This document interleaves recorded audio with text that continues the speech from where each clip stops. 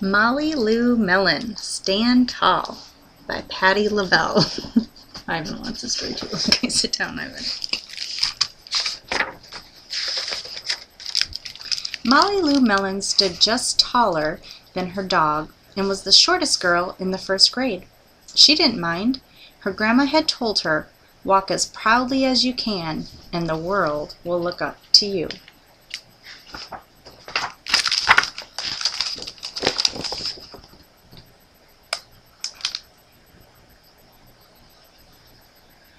So she did.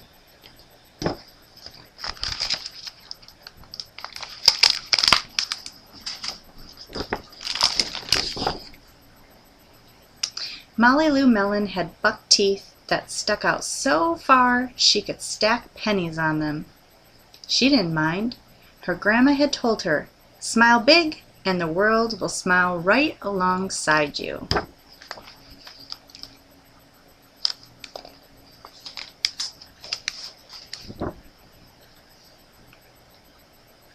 So she did.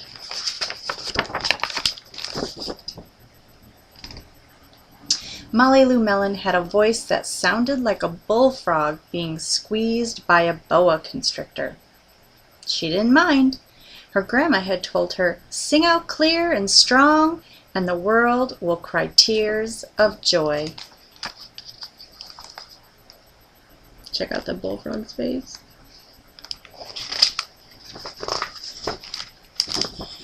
So she did.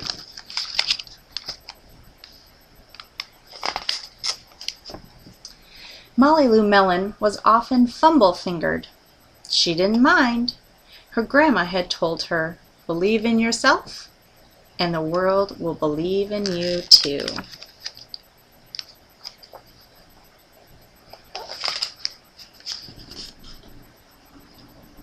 So she did.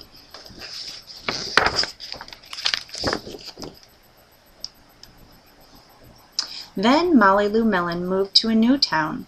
She had to say goodbye to her grandma and all of her friends.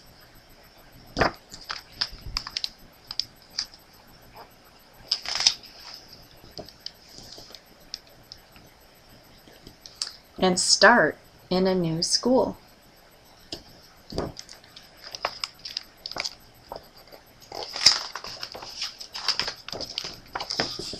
On the first day of school, Ronald Durkin called her Shrimpo in gym class.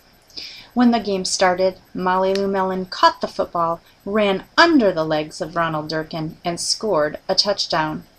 All the children thought, "Wow, she's good!" And Ronald Durkin felt very foolish.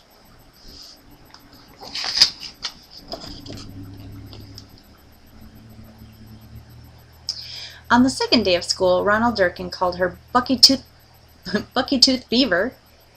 Molly Lou Melon took out her pennies, stacked 10 high on her teeth, and smiled as big as day. All the children smiled with glee, and Ronald Durkin felt very foolish.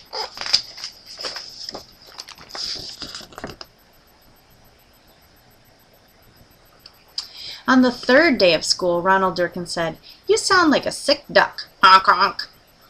Molly Lou Melon sang out a quack so clear and strong that it made Ronald Durkin somersault backwards, hit his head, and have to go to the nurse. All the children cried with joy to be free of Ronald Durkin for the rest of the afternoon.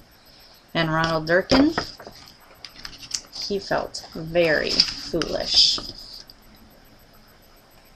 On the fourth day of school, Ronald Durkin said that she'd made the snowflake all wrong. But when Molly Lou Melon opened up her paper and revealed the most beautiful snowflake of all of the children oohed and ahed, even Ronald.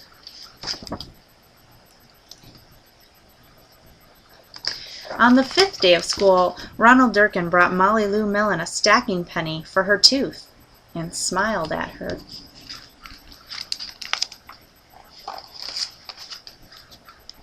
That night, Molly Lou Melon took out a pencil and paper and wrote a letter to her grandma. Dear Grandma, I wanted to tell you that everything you told me was exactly right. Love, Molly Lou Melon.